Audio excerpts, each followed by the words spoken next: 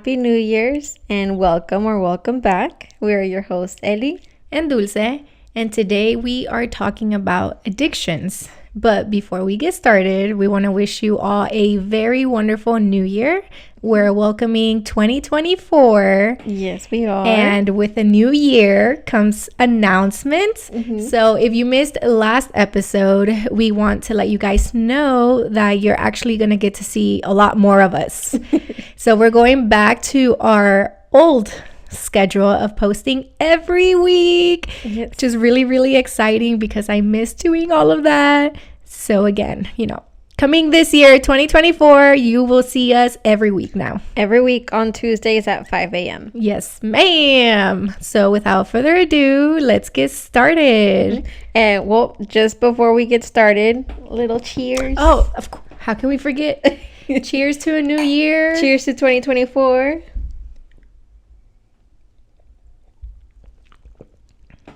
That's good.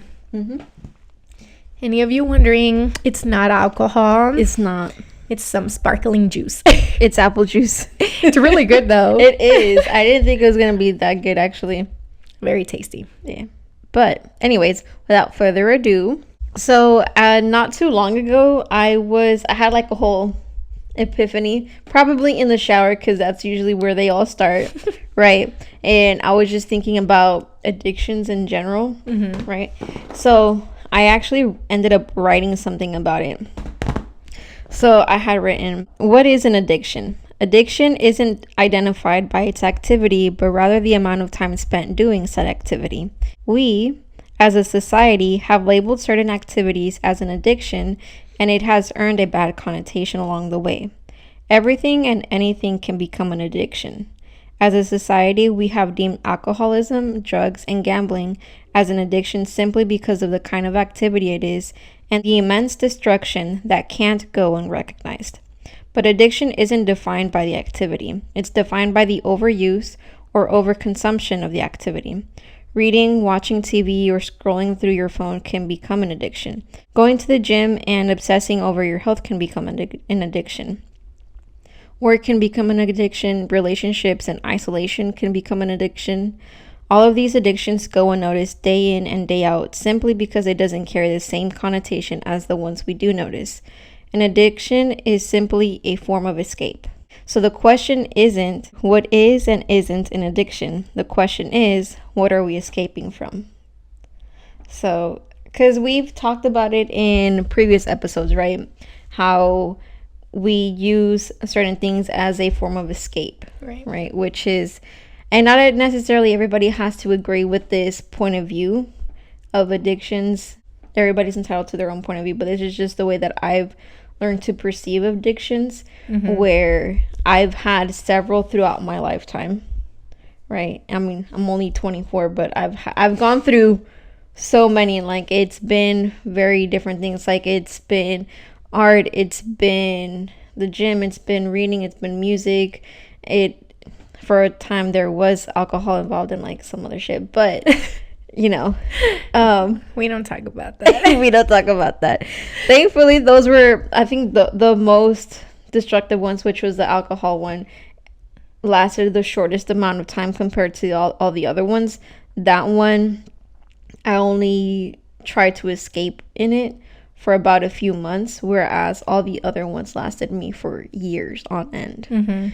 And I know, like, art, the gym, like reading, music, like all that doesn't sound bad, right? That sounds like a healthy thing to do. And while yes, it can be healthy doing it for such a long time, especially if you're doing it as a hobby and you're practicing and everything, and yeah, that is a great thing, but I was also doing it for other reasons, and those reasons being I was trying to escape literally from my reality and everything that I was going through during those times, right? And that was just my way of coping, and by coping, it brought me out of my physical world and into some sort of other world where this world was in existence, right?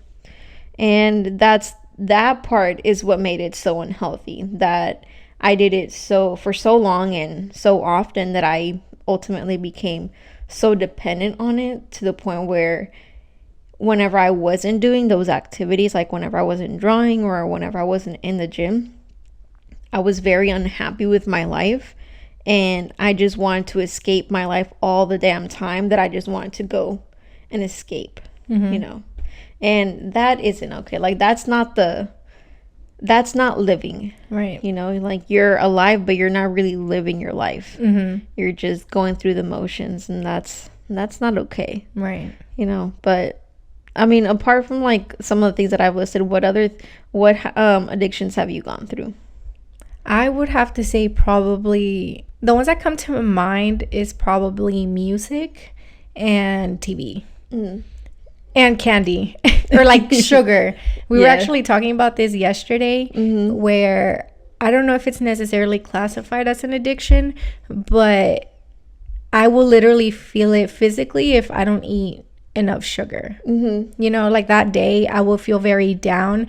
I remember when I had this one job that was working outside. It wasn't like labor or anything, but we were outside the whole day standing up. The girl that was training me told me, you know, because of our conditions, we're outside when it's hot, because it was in the middle of summer, and if you live in Houston, you know. Yeah.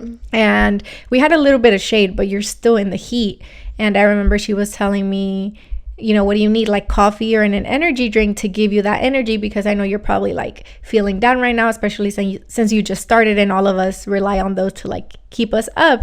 And I was like, well, if you give me coffee, I'm just gonna have to run to the restroom. And if you give me energy drinks, I don't know why energy drinks make me go to sleep. They do the complete opposite. They get me very sleepy. So I was like, I don't really know. And then she asked me, she was like, well, what do you like consume that gets your energy up? I was like, candy. And she was like, okay, I got you, give me a second. And she like ran to the store, brought back some candy, and I ate it.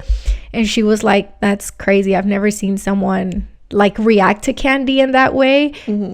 When you just, because I didn't eat like crazy amounts to get sugar high. I just took a couple of bites, and I didn't really notice a difference, but apparently she did. And she was like, oh yeah, you can tell a difference, like your energy is way up. It's like, that's kind of weird. That is. So when people are like, oh, you know, I need my coffee to wake up in the morning, I'm like, that does nothing for me. It just sends me straight to the toilet. But if I eat my cereal, my oatmeal, then I'm good. And I think it's of the sugar in it. Yeah. Which I don't think is the healthiest thing, because my mom gets on my ass a lot about, you're going to get diabetes soon. And even though I really hope I don't, I wouldn't be surprised, because I do eat hella candy. Like, you've seen my kitchen. I'm always stocked on candy. I'm always tempted not to eat the candy too.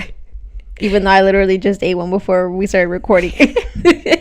But the thing about my house, like, it will never be short of snacks, and it's always sugary snacks, and they're not healthy snacks, and I'll admit it, you know.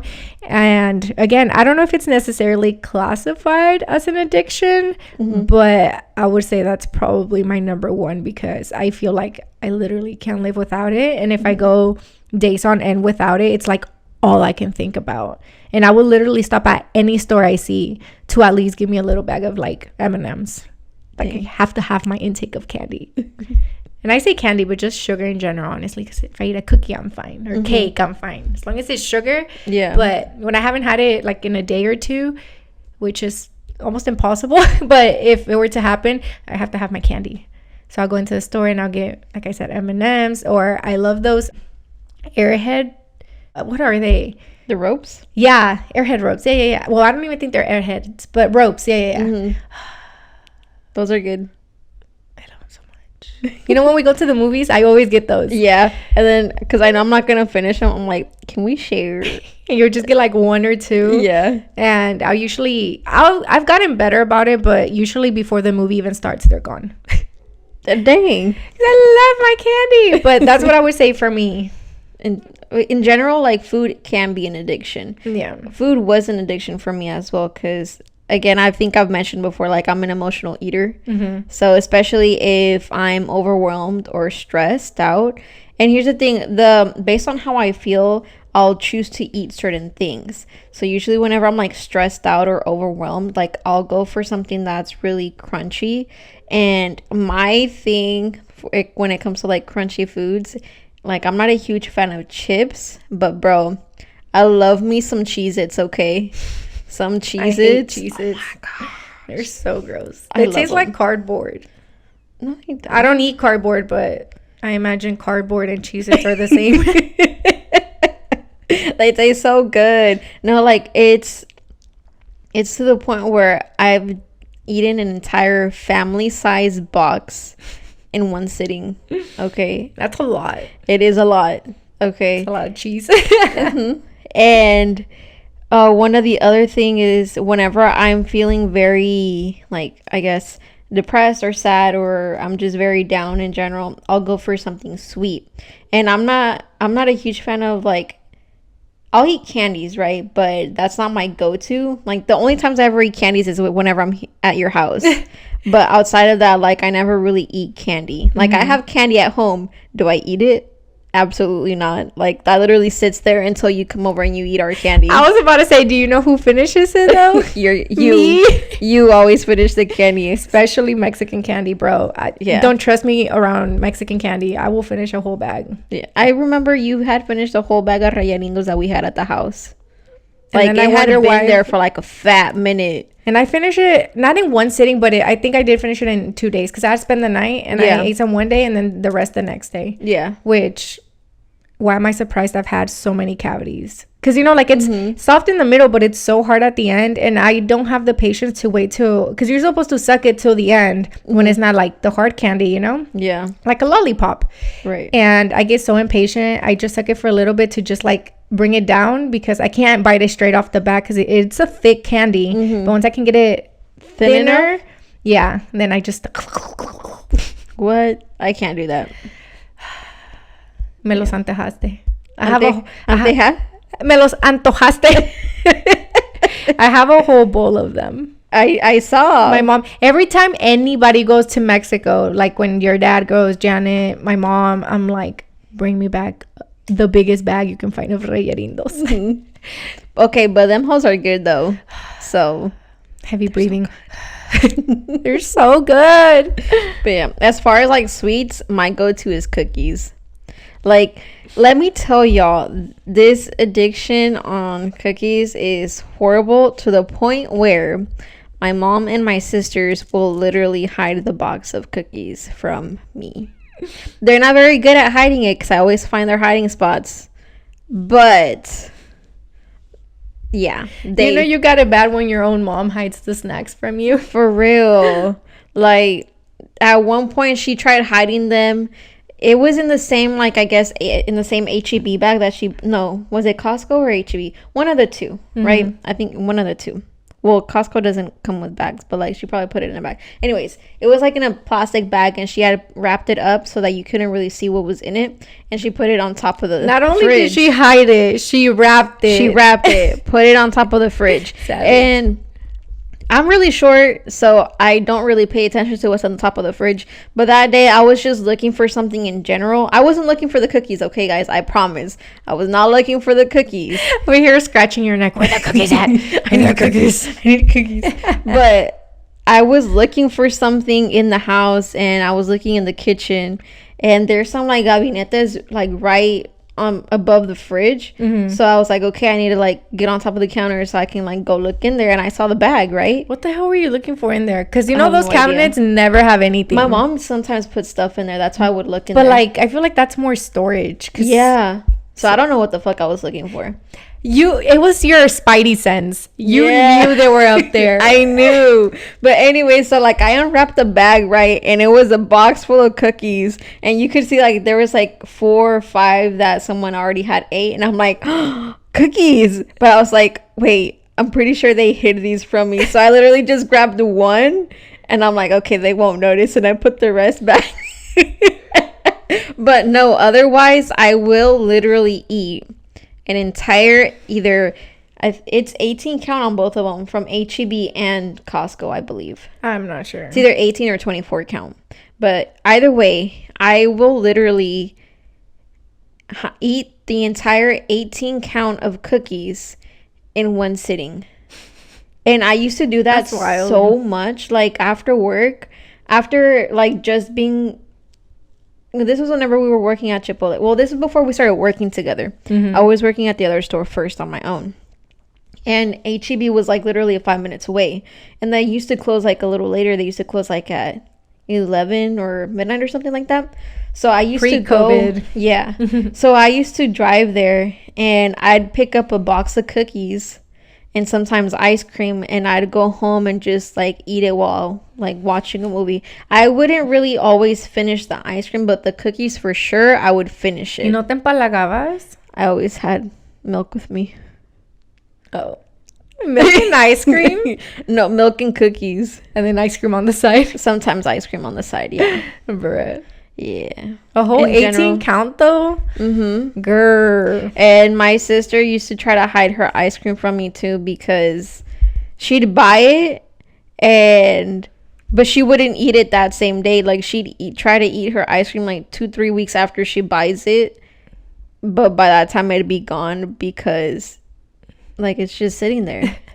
That's whenever I hear stories like that, I'm so glad I'm an only child, because bro, I would be livid if someone ate my snacks.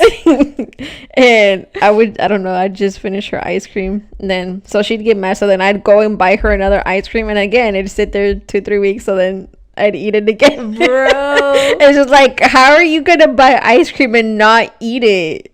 It's like one of those things where like you buy a big old bag of chips, but you're not gonna eat it right then and there. It's like para cuando se te antoja. But like, why are you not gonna eat like a tiny bit whenever you get it? Like, I understand like if she like opened it like once every few days and like took a few scoops out and like ate it, and you then said put it back. like 10 times right now. Bruh. Did you hear yourself? No. I believe you though, because with my track record, bruh. But anyways, really Becky. I'm for sure a huge emotional eater. And again, food is literally my escape. Right? So I'm a bored eater. you're a bored eater? Like if I get bored, I'm like, there's nothing to do. I just go eat. Like if that entertains me or something. Gotcha. And I feel like that's bad because then my stomach hurts because I'm not hungry. Like my body is not asking for it. It's just like obviously like more of a mental thing. It's like, oh, I'm bored, let me go. But see, I'm not like, I don't eat straight up meals. I snack. I don't know if you've ever noticed, like especially when you lived with me, I'm a huge snacker. Like I always have something in my fucking mouth. That's what she said. Well, you know what I mean. But no, like legit, I'm always chewing on something. Like if it's not chips, it's popcorn or candy or cereal. Like there's just always something in my stomach. And then I wonder why I wake up with an upset stomach a lot. It'll be like 10-11 p.m. like on a Friday or weekend, and I'm fucking snacking on like chips con limón y chile. Y luego I get the craving of like sweet. So then like I'll scoop myself a bowl of ice cream or pour myself a bowl of cereal. The amount of things I mix. That just sounds like you're just gonna be stuck in the toilet for like hours on end. Especially around my period, bro. The amount but of in general, like, chocolate cravings I get and chile. That don't sound like a good mix. Oh, dude, when I'm about to be on my period. That sounds like that's gonna make your asshole burn. No, it never does. Maybe because I'm used to it. I'm used to my asshole burn. No. I'm so used to my asshole burning, I don't feel it no more. That's not what I meant. Bro, talking about assholes burning. You know this one time I was trying to use wipes, right? And oh my god, dude, I didn't know. I just grabbed the bag or whatever it was in. It turned out to be sanitizing wipes, and I'm like, why the fuck is this shit burning? Where was this? At your house? Yeah, this was at my house. Bro. But see, I've heard of this happen before. Like, they feel different though. Like the texture of alcohol wipes are so different from, depending on what kind of brand you get of wipes. Because there are some like shitty wipes. You didn't smell it though? Like that? No. They straight up smell like alcohol. I did, because I don't smell like wipes. No, but like You're not gonna sit there and sniff it, but it's so strong as soon as you take it out of like whatever container it is. For some reason. And it wasn't in like some like Clorox. They didn't say like Clorox for bleach like in big ass letters. No, but even I feel like Clorox looks a lot like just regular cleaning wipes because they're both in those blue packages. Yeah, it was some like off-brand shit. Oh my gosh. So that's why I thought it was like regular wipes. At least you know you were hella clean and disinfected. I was hella clean and disinfected for sure. But yeah, that was just. Anyways, going back to your asshole burning, not mine. Well, I was attempting to say was that my stomach is so used to me just putting random shit in it that it doesn't upset it anymore. Not that my asshole is always burning. Because this has been since I was in like middle school. Since my period basically started, I crave chile, and right after I crave chocolate, like in the same sitting basically. So what I do now is I go get my chilaquiles from my favorite restaurant, and they're hella spicy, so I eat the whole bowl, and then I either pour myself a bowl of cereal, a bowl of ice cream, or just finish a whole bar of chocolate. It's so good. Anyway, it sounds good just separately, you know. Excuse me. Yeah, not back to back. Yeah, it is a weird combination, but it's just what I heavily really crave. do be giving you some like weird ass cravings and shit. So I mean, my cravings are always the same. It's always that, and it does upset my stomach here and there if I overdo it, because there are times wherever I eat, you know, bubulubus. You know, I love those, and then they come in a pack. I don't know if you've seen bubulubu minis, and they come in a pack of like 12 or 18. Yeah. So I'll eat my whole bowl of chilaquiles with my carne asada, and then I'll finish the whole bag of bubalubus. Dang. So like a whole box of cookies. Basically. And then when I do that, then yeah, I'll get chorro the next day. And then I'm like, Lord, why me? Like I didn't do that to myself the night prior. That's funny. But yeah. Dang, hella off topic. I know. Well, not exactly. We were talking about food. Food addiction. Food addiction. But it's just that food is like just a coping mechanism. Like it makes us feel better after dealing with something shitty, you know? Yeah. Well, I mean, biologically speaking, certain foods do cause certain chemicals to be released when they're consumed. So it's not a surprise that people get addicted to them because, or, you know, use them as an escape or become emotional eaters, because especially when you're feeling down, like sweets are known to bring out better, like, you know, chemicals in your mouth. Yeah, like and then that's also the thing, not all foods bring out the same type of chemicals. Sweets bring out some, you know, different ones. I need to look it up because I don't know exactly what, and I don't want to say the wrong thing, but sweets bring out a certain chemicals.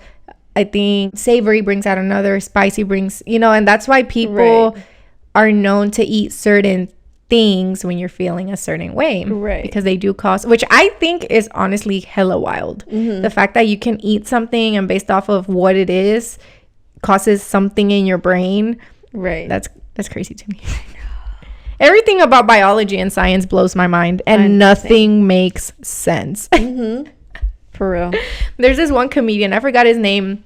He was doing this stand-up comedy like bit, and he was saying how nothing makes sense. He was like, so you mean to tell me we live on a floating rock in the middle of nothingness, and that nothingness is expanding? That makes no fucking sense.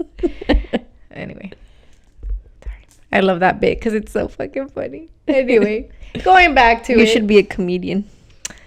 Sometimes I feel like I should, but then why not? I don't know. That's scary, like being put on the spot. But I feel like I maybe would be good at it, because I do make everyone around me laugh all the time, and I be saying head ass shit. They're just laughing to make you feel better. Dang, she just told me my life is a lie. Just kidding. And I'm not funny. I don't care if this sounds conceited. I know I'm fucking funny. Yeah, you're funny. Thank you. Funny looking. That's what I was thinking, bruh. Funny looking and funny. Anyway. Both kinds of funny. Maybe y'all see me do some stand-up soon. Maybe. Just kidding. I don't know. That's like hella out of my comfort zone. But we did just say that it was a good thing to do. So anyway, let's not get into that right now because that's scary and it makes my heart a little jumpy. Speaking of making a heart a little jumpy, that used to happen to me a lot with caffeine. I used to be addicted to caffeine. Like that was my water right there. And you know what I think about that kind of stuff is that it starts emotionally and mentally, and then it becomes a physical thing. Yeah. And it's just like drug dependency. It starts off as you trying to just escape mentally, but then, I mean, it's still that afterwards. Then you're also adding on the physical aspect. Like your body is also dependent on that substance. Yeah. And I think caffeine is one of them. Because for sure. Y'all be crazy. Y'all really have like withdrawals. Like you, Janet, your dad. Y'all will be in such a bad mood and like have a whole migraine because y'all haven't had coffee by like 8 a.m. Bro, okay. Like, honestly, I'm surprised that part never happened to me. Me having a headache because I don't have caffeine. I've heard you say that though. When we used to spend the night at your dad's. Did I get headaches? Yes. No. Yes. No. Yes. I've never gotten headaches from not drinking caffeine. I'll be a bitch, but you sure? Yeah. I'm pretty sure you have said that your head would hurt. I've never gotten headaches from not drinking caffeine, but I get really, really moody if I don't get caffeine. Like, that's wild to me. And I didn't notice it until after I stopped drinking caffeine, all the effects that it had on me.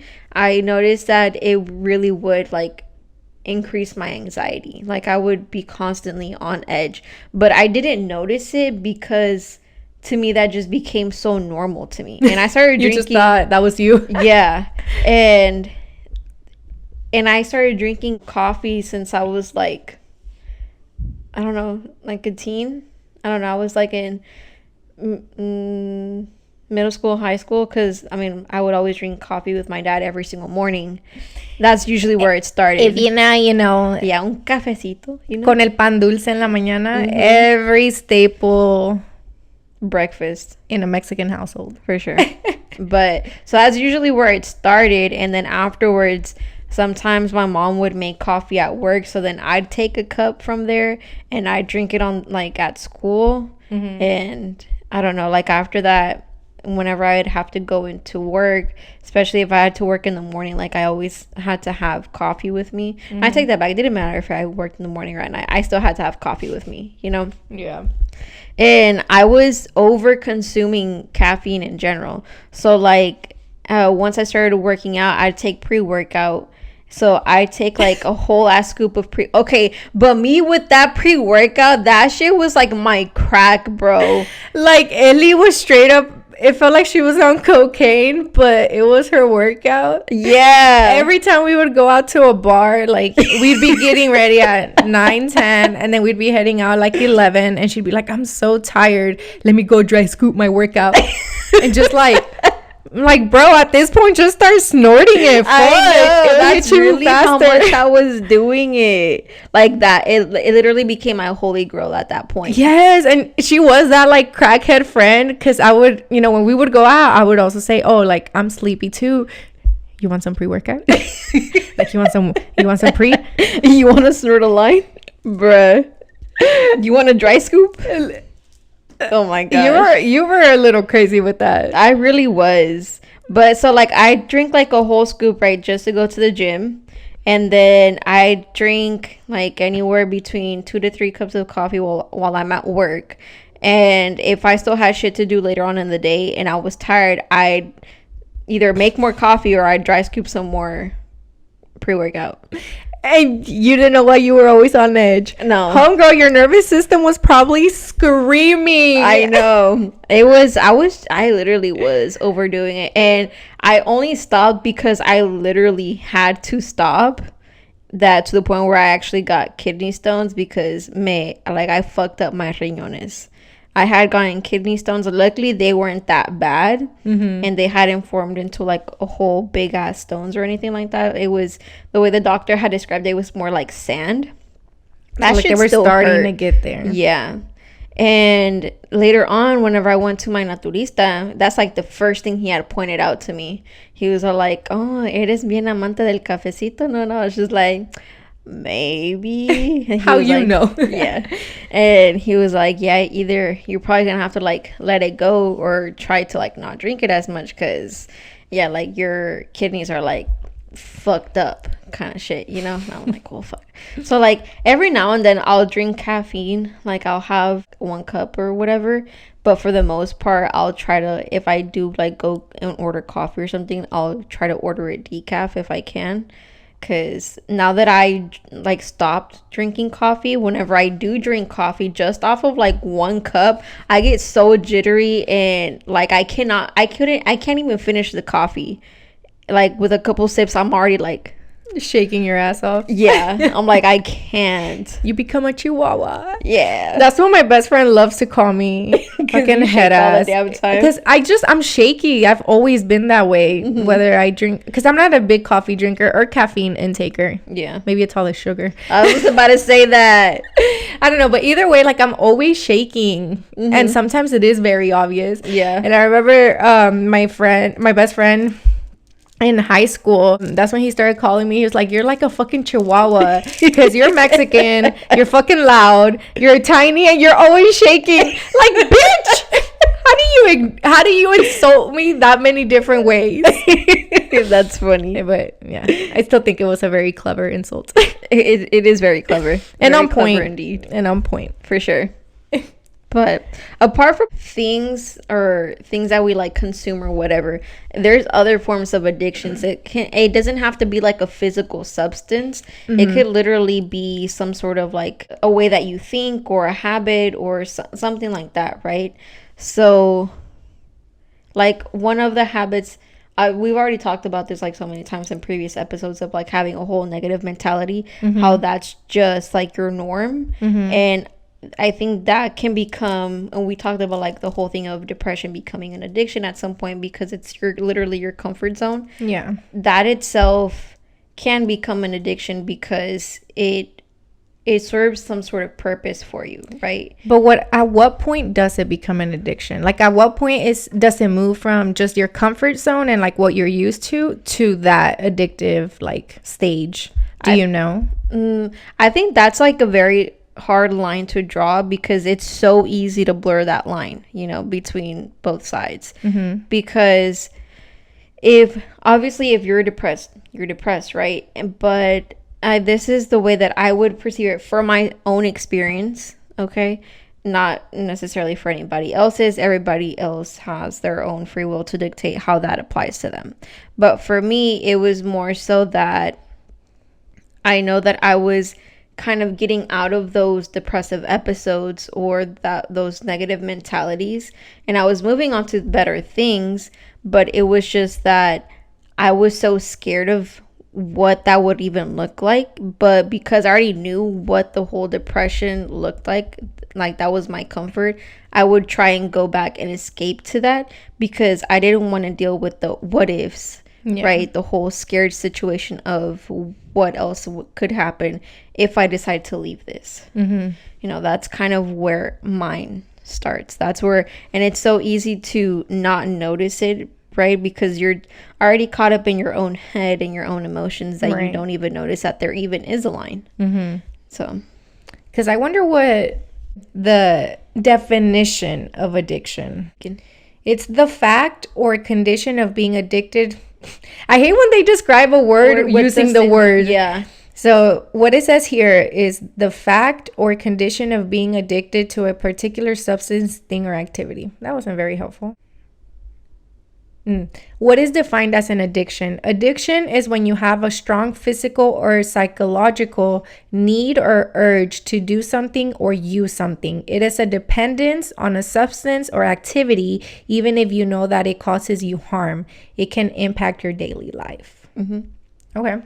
So yeah, I feel like that is a very, very hard line to determine. Yeah. Because what really is the difference between escaping and being addicted? Right. Because I feel like they're both kind of the same, you know? Right. Yeah. I do definitely agree. And the thing is, the most dangerous part about it is the fact that we don't recognize a whole bunch of other shit as an addiction. Like we deem that as normal when really it isn't. Like, yeah, it's normalized in society, but just because it's normalized doesn't mean that it's normal. Like, it's not healthy, right? And I think that's the most dangerous part of it, because a lot of us probably have these problems or these addictions, if you want to call them that, but we're not even aware that we have those addictions. So it's like, it's kind of that situation. It's like, how can you fix a problem whenever you don't even know you have a problem? Right. So it's like you're stuck in this cycle over and over again. You're stuck in this problem and you can't get out of the problem because you don't even recognize that it is a problem. Right. And I think that itself is the most dangerous part.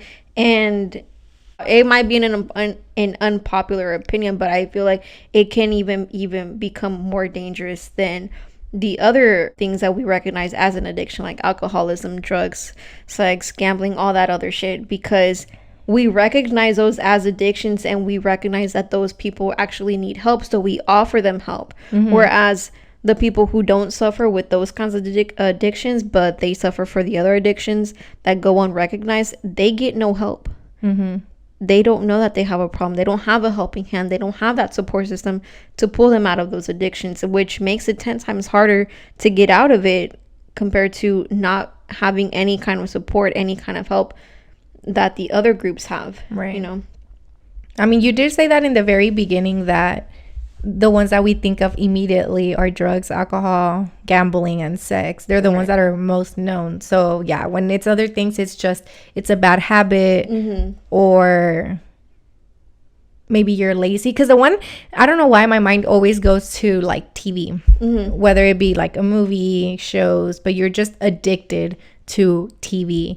And it can be super harmful as well, because just like in the definition, it just gets in the way of your daily life. It affects your daily stuff, meaning you may not do your daily chores, you may not do your daily goals. It prevents you from progressing in life. Right. Yeah. And it may not be as harmful as far as like drugs, where it may not necessarily kill you the way drugs does, but that doesn't mean it's not affecting you. Right. Or I mean, it's not fair to compare either, because they are two very different scales. You know, you can't compare like drugs to watching TV, but they do both have their negative effects, and it's not safe to see one as not bad. Right. Because I feel like when a lot of people see it that way, and you may tell them, oh, you're addicted to this, they're like, well, at least I'm not addicted to drugs. Yeah. At least I'm not addicted to alcohol. And it's like, yeah, you're not wrong. You could be addicted to way worse stuff, but that doesn't mean you don't have an issue. Right. That doesn't mean you don't have a problem that you need to fix or work on, or at least be aware of, because people don't even want to admit it. It's like, right. I think that kind of a little off topic, but I think that also goes with, remember when we talked about like PTSD, we always think PTSD is like exclusively only for soldiers. Right. Who experience war and death and like horrible things. And don't get me wrong, they probably are on different levels. We may not have it like they do to the extent that they do. That doesn't mean a regular civilian can't suffer from it. Right. It's kind of the same. It's just on a different spectrum of how it's experienced. Right. It doesn't take away from either, but I do think one is a little worse than the other. But again, it's like comparing oranges to apples. Right. They're both fruit, but they're different. Right. And we definitely don't think as a society that other than those four that we mentioned can be addictive. And I think I even forget in my own life. Yeah. Like I said, I view it more as, oh, this is just a bad habit. Yeah.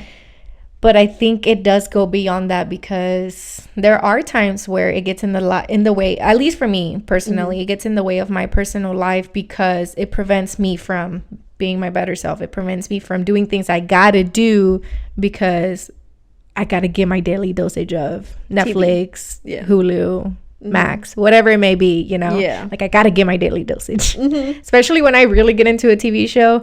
Everyone gotta watch my TV, literally. And like I'll be at work just thinking of the show, I'll be showering just thinking of the show. Like, I don't know if you've ever done it, like I'll watch TV on my phone while I'm in the shower. Oh, facts. Yeah. Well, I don't think I've ever done it in the shower because I cannot shower without music.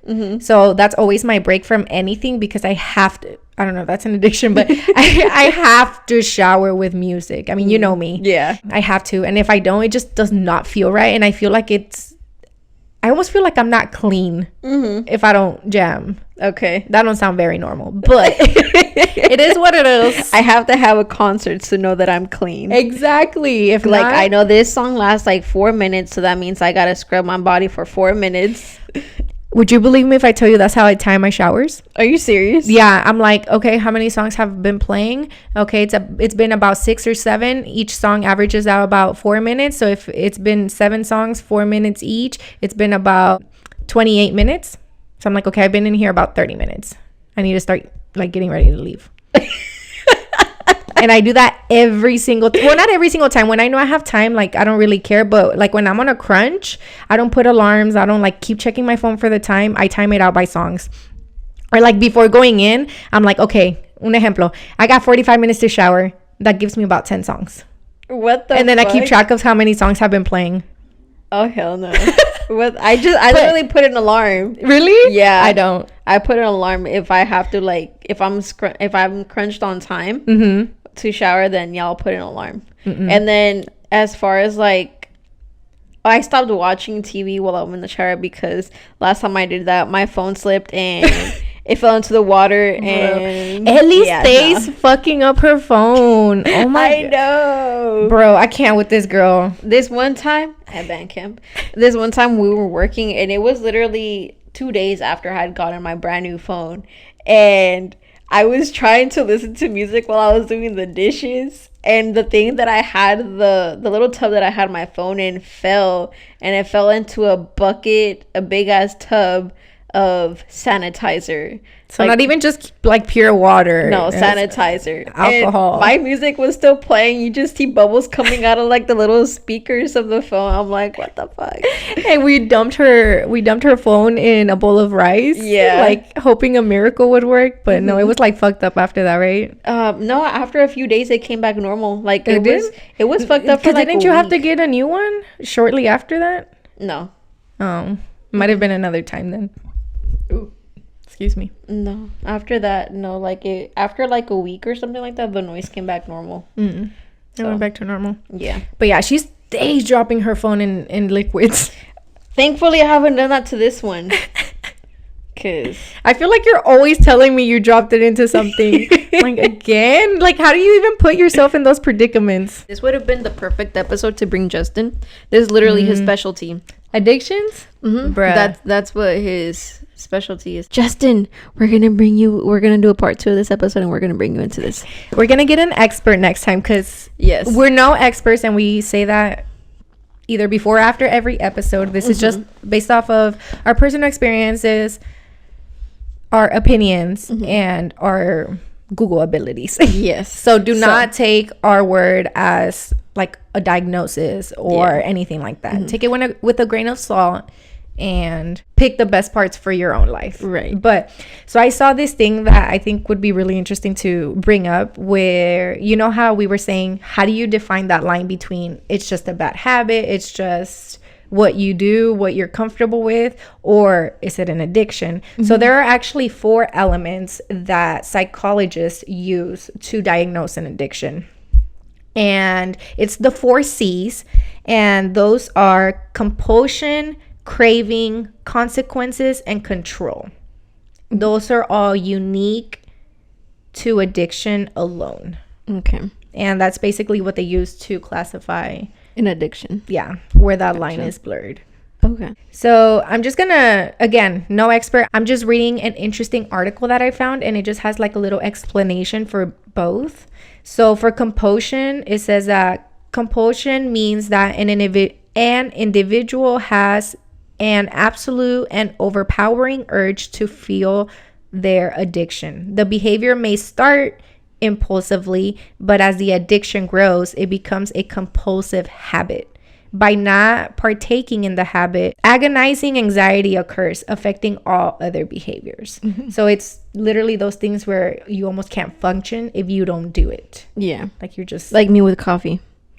for a fat ass fucking minute. I remember whenever I used to go into work, and before I would have my coffee, like I would just look dead, right? Yeah. And this one time, my supervisor at that time, his girlfriend had took him to work, and so he was trying to like introduce me to her and whatnot, but I was just like half asleep, and I said hi to her, but like my mind was just like not there, and I was just like, I'm sorry, like I'm not awake yet. I need to have my coffee. Yeah, I need to have my coffee. So then I went back up and I had my coffee, and then afterwards I'm like, okay, now I feel good. And it's kind of interesting because you did say that that's when you noticed like your anxiety was way up, and literally in this explanation it says agonizing anxiety occurs.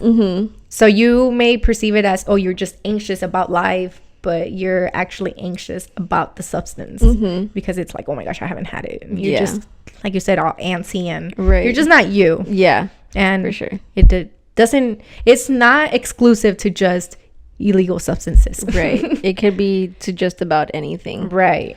So craving, the urge to fuel the addiction becomes as demanding as hunger pain, mimicking a physical need. It feels like it is vital for survival. Me with sugar. This urge often manifests as restlessness, insomnia, and lack of appetite. That's crazy. That's crazy. It really messes you up. Yeah. And again, doesn't just have to be like hardcore drugs. It could be caffeine, sugar. Like it could literally be anything. Right. And we're just talking about physical substances, but it could be psychological things where like TV. I know it sounds crazy, but I mean, I've been there where I'm like, oh my God, like it's all I'm thinking about. And I'm like, TV. And I can't even do the task that I'm trying to do the right way because all I'm thinking is, I need to get this done so I can go sit down and watch my TV. Yeah. You know? But so for consequences, it says, even when negative consequences become apparent, the behavior continues. Consequences of addiction include relationship, work, legal, and money problems. Yeah. Because even after I got the kidney stones, I still just kept drinking coffee. She said, fuck my kidneys. I need my coffee. And I think that's a really obvious one. Like, when addictions are a problem, you don't care what. Yeah.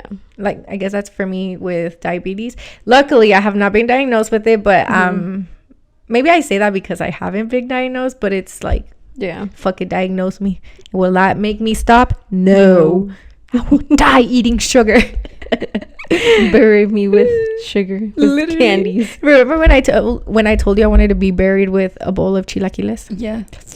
And your mom got mad? Yes. Bro, she gets mad about everything I say I want for my funeral. Like, how you gonna get mad about what I want at my funeral? I told her I wanted Wayne music to play at my funeral. That sounds like you.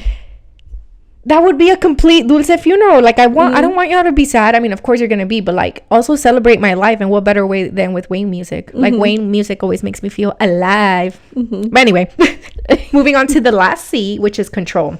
So right here it says, control of when or how the individual feels their addiction is lost. Oftentimes, in the early stages of addiction, an individual will try to cut down or eliminate the behavior. This is impossible when the lack of control stage of addiction is reached. And then at the bottom it says, the 4 C's model is a simple approach to determine if someone's dealing with an addiction. If an individual is experiencing the 4 C's of addiction, it is important to consult a healthcare professional who specializes in the field of addiction for an assessment.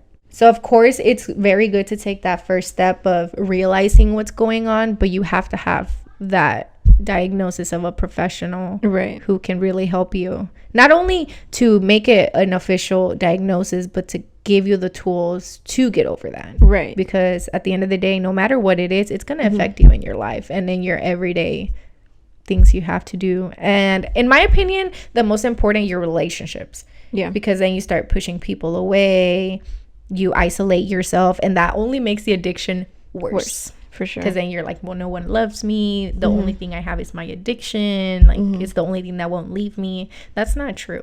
It's just ultimately you pushing people away because there's only so much people can handle. Right. Not so much because they don't love you or they don't want to be there with you, but you also have to understand you being a certain way affects other people. For sure. And they may not be able to handle it mentally, because you can't expect to have someone be there for you to the point where it breaks them. Right. Because now you got two broke people, and how does that work? It doesn't. Right. So I thought that was interesting, the 4 C's. And it seems simple enough, but still very hard to distinguish that line. For sure. I think that's up to like yourself to decide whether you think it's an addiction for yourself or not. So ultimately, I mean, you know yourself best, right? You know what's going on. You're the one that's most likely to know what's going on in your head. You're the person that's more than likely to understand why you're doing the things that you're doing and such things like that, right? A while back, I was taking a psychology class, and the professor, she had gone over an addictive personality. So an addictive personality is a personality that is more likely to become addicted to something. This can include someone becoming extremely passionate about something and developing an obsession or fixation. Right. So the way that this is the wild thing about any professor that's in the realm of like the field of psychology. I feel like most of them, if not all of them, have some of their own shit going on in their head, and they'll talk about it in class and everything. And so then the way that whenever she was telling us about it, she was like, I never tried hardcore drugs because I know that I have an addictive personality, and I knew that if I had tried it, I was going to be hooked instantly. I don't know where I was going with that, but anyway, right? I feel like in general, I have a very addictive personality because I feel like that description kind of applies to that same thing. Of course, like it comes to certain things, right? I won't get like addicted to like literally anything and everything. I think it has some sort of... You're addicted to addiction. I'm addicted to addiction. Well, fuck.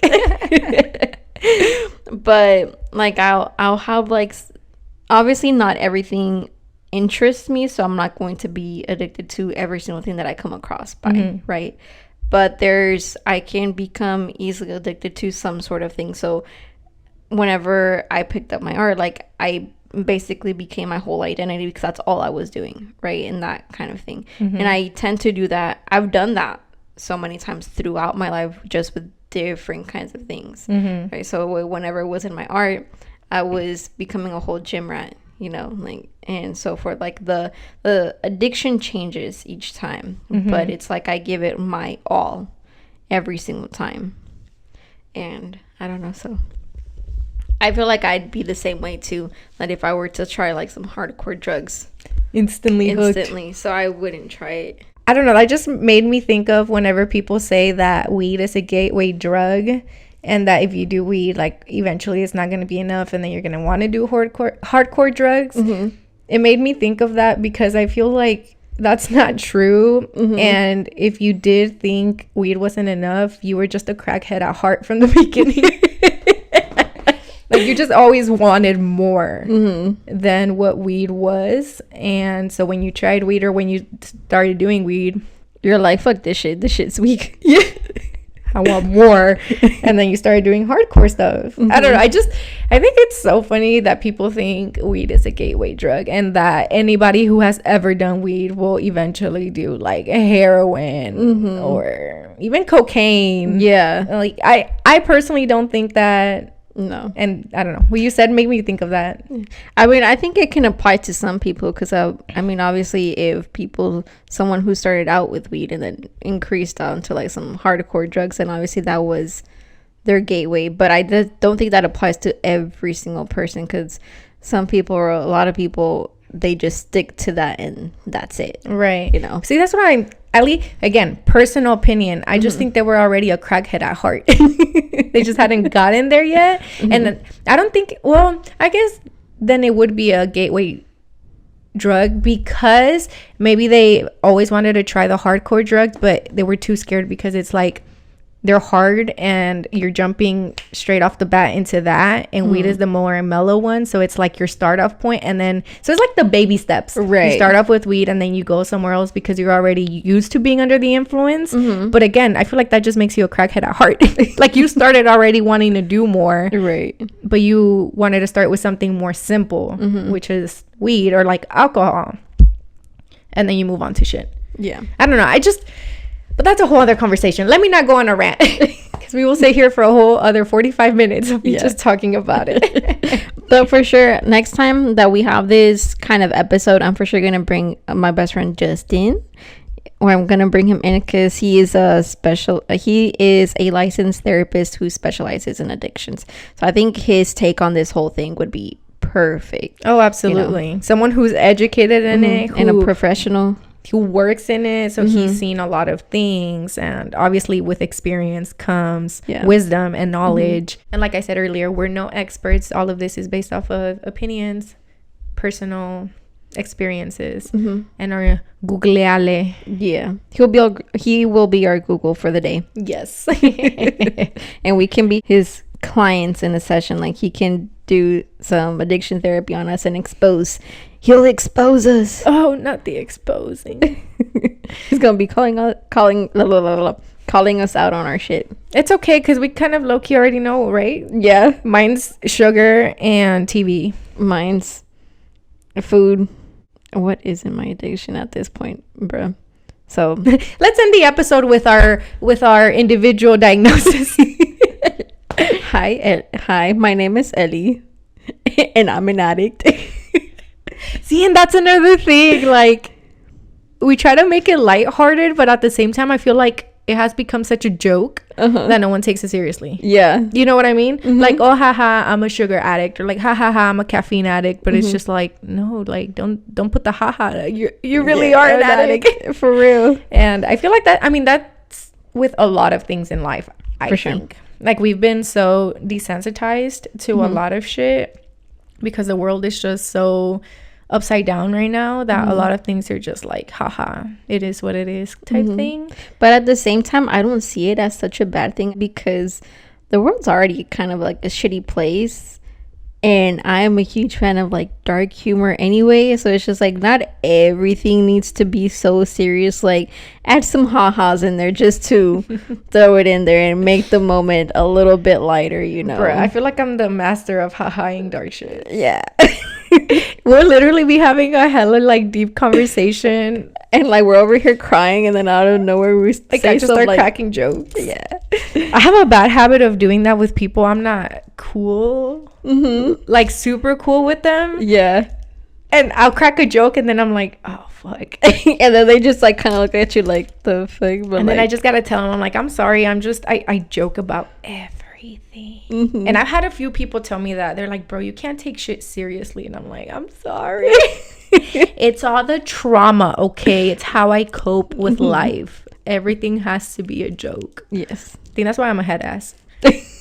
Probably. Because everything has to be a joke. And that's why I like the type of shows that I like, you know? That makes sense. Like, that makes sense. Big Mouth. That's a good show. Right now I'm into like Harley Quinn. Like the type of movies I like, which you know, those type of movies, which is like Neighbors, like just those head ass comedies that a lot of people are like, those are stupid, and I'm like, they're fucking that's why they're funny, because they're stupid. They take them too serious. Like it's not a cinematic masterpiece. It's just meant to take you out of this world as far as taking your mind off of shit and just making you laugh. I love those. But yeah, anyway. Well, that's a little problem with me. So I actually have a little question for you. Ooh, maybe I have an answer. Okay, so I did a little Google search and I found the top 10 most addictive behaviors. Ooh. So do you want to take a guess at what the top 10 are? Well, for sure, I think drugs. This one is not including drugs and alcohol. So besides that, because obviously those are obviously the top ones. Oh, shit. So I got to think of 10 without drugs and alcohol? Okay. Gambling? That is number 4. Okay. Sex? Number 1. Ooh la la. Just kidding. That's not good. Caffeine? That one's not on this one. Food? Eating? That is 7. Number 7. I mean, I did see this one. Porn? Would that be considered sex? It has it as 2 different things. Okay. Because I feel like that is 2 different things because, I mean. Yeah.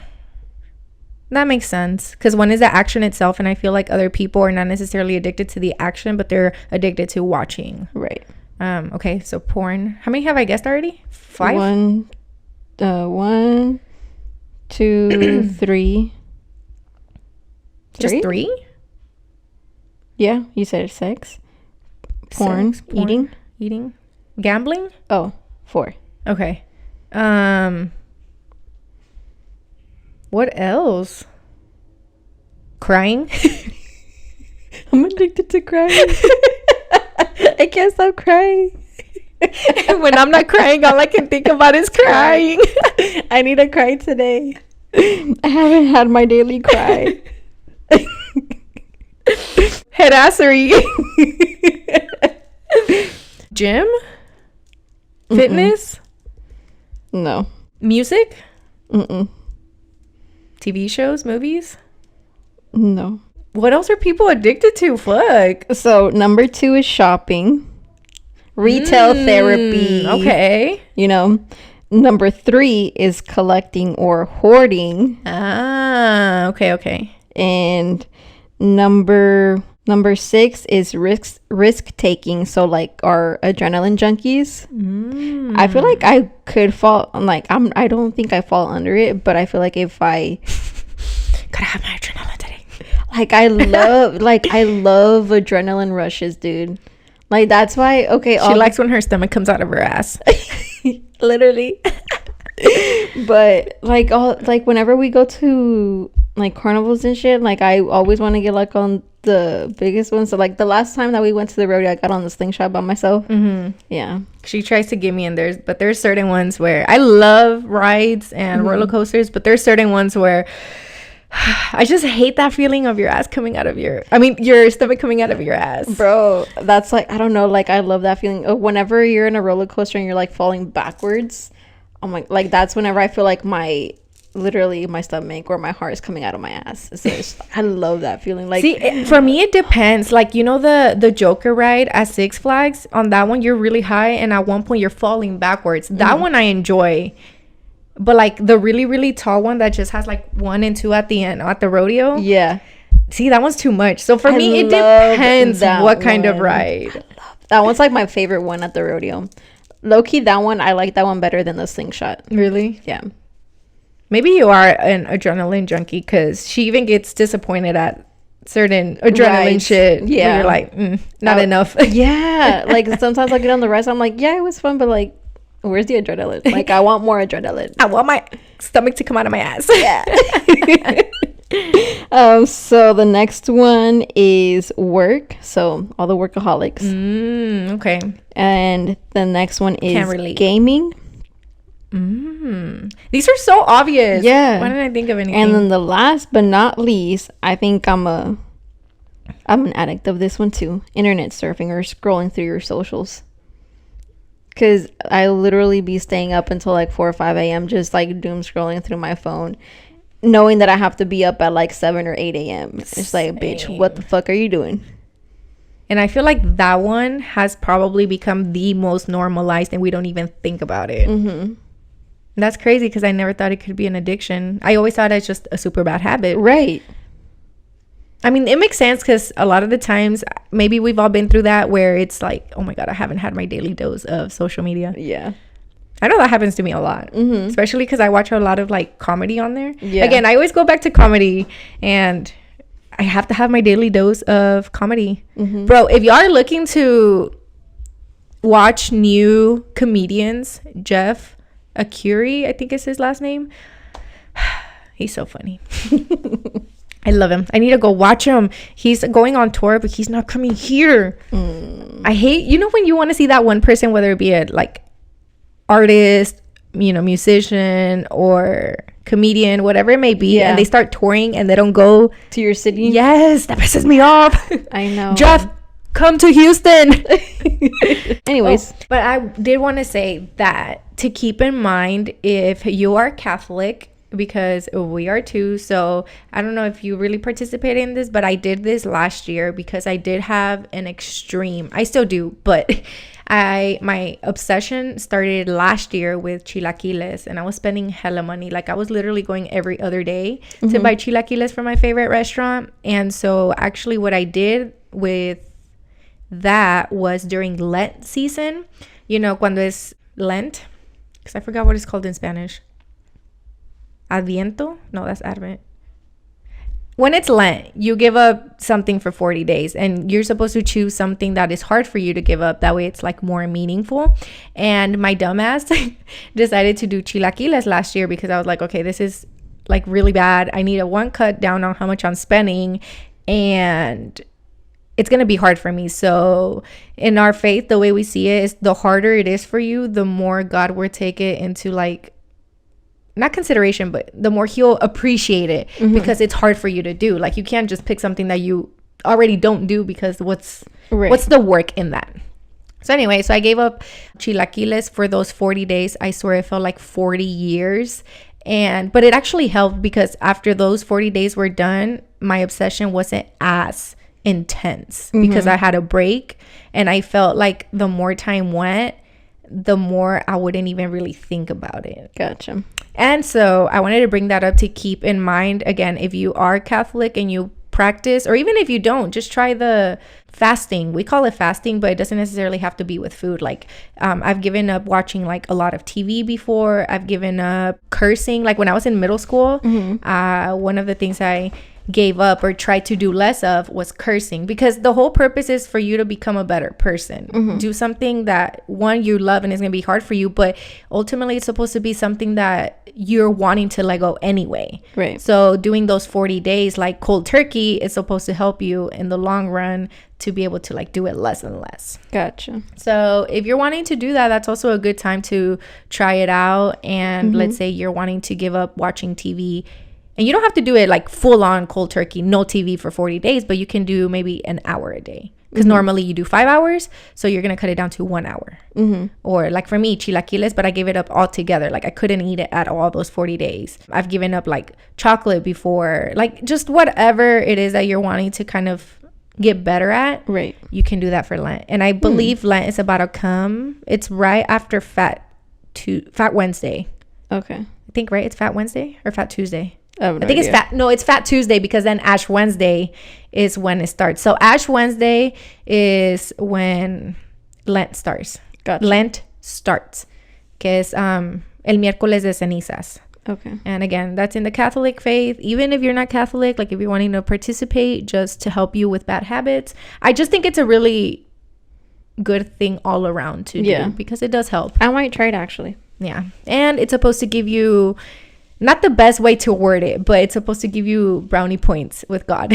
Gotcha. Just a little tip if any of you out there forgot, because I know a lot of us, especially us youngins, like we may have grown up in the Catholic faith and like we consider ourselves Catholic, but we don't practice, and we forget a lot of like the mandatory celebrations and the different things that the Catholic Church has always done and will continue to do, because we just don't practice. So I just wanted to bring it up in case anybody forgot. If you have an addiction and obsession that you're wanting to kind of calm down with, it's a good time to try it out. And then it's coming up, so yeah. And then also do want to make this point that obviously if you want to, you can wait, but you don't have to wait until that day. Right. Yeah, you can use kind of the same structure, right? Maybe not necessarily celebrating it or practicing in it, because I know not everyone, you know, is that, but yeah, using the same structure of give it up for 30 days, 40 days, 50 days, like you set up a time for yourself. Yeah. And also, just like with anything, make it realistic. Like if it's something you have to do every day, don't just like try to cut it cold turkey. Just like I said, if you do it 5 hours a day, try to do it just one a day, you know, like just limit it. Right. But if you can't stop cold turkey, like you can do it. You're not going to die. Right. Like for me with the chilaquiles, I wasn't going to die. It did make me cry twice. Did it? I was craving it so bad. And I started to cry. Because I was like, I'm not going to like, I was really trying to do good at it. You know, like I don't want to cheat. Like like I just want to do it, and I just started crying because I wanted it so bad, but I know I wasn't going to. That's how bad that obsession was. Dang. I was crying because I couldn't eat chilaquiles. I don't think I've had an obsession like that. Yeah, but anyway, I think that's a good point to end it on. Yes. And again, happy New Year's, and we hope that you welcome 2024 with open arms. Yes. Y con eso, muchas gracias por haber estado aquí con nosotros en este episodio. And make sure to follow us on all socials to stay up to date on our latest news and announcements. And you can find us at Soul Sisters Lounge, and we'll see y'all back here in 1 week now, because you'll be seeing us here weekly now. So we'll see y'all then. Bye.